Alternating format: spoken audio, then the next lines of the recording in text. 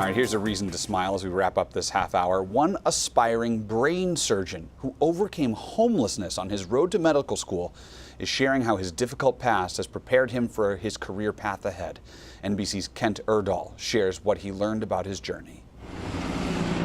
The road to becoming a neurosurgeon isn't easy for anyone. It's about setting a goal and understanding your support system. Nick Chapman And I think that is very key. makes it sound simple now, but his road to the University of Minnesota Medical School has been more difficult than most. Mom went back to Brazil when I was about 2, 3. After growing up with his mother and her family in Brazil, Nick moved to California at 15 to live with his father and attend school. I had a great time in the beginning of high school, but then we just didn't see eye to eye. And so then I decided to leave. Though he was only 17 with no place to call home, he did not decide to return to his mother in Brazil. How worried was she for you at that point? I think any parent's worried, right? But it's, what does the United States offer?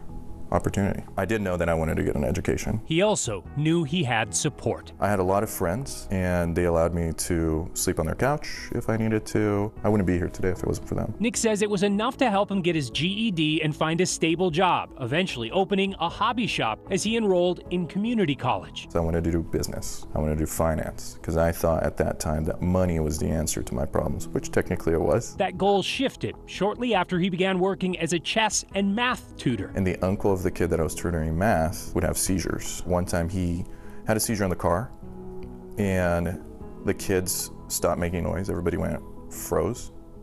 And I told myself, whatever this is that causes an impact to the family and the patient, I want to be involved. Nick changed majors and later transferred to USC, where he graduated with a degree in neuroscience in 2020 and expanded his support system. Dr. Mark Krieger, he's absolutely an amazing human being. His mentorship has been pivotal, absolutely pivotal. He decided to stay with Dr. Krieger at Los Angeles Children's Hospital for 4 years, saving for medical school and giving back through street outreach until his journey finally brought him to Minnesota last year. How much do those couple of years where you didn't know where you were going at night impact you still today? I think I'm more calm.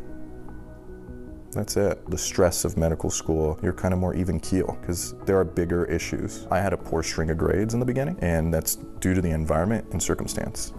And I think that's important for people to understand, that there's a lot of circumstantial things that happen to individuals that are unhoused, that sometimes it's not personal. Today, though, it is personal. He's reunited with his mother and extended family right here in Minnesota for wherever the road leads next. What's your hope in sharing your story? You know, I was just a guy that had support and a goal.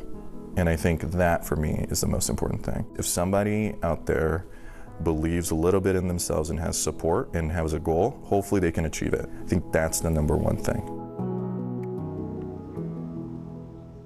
Talk about inspirational. That's Kent Erdahl reporting.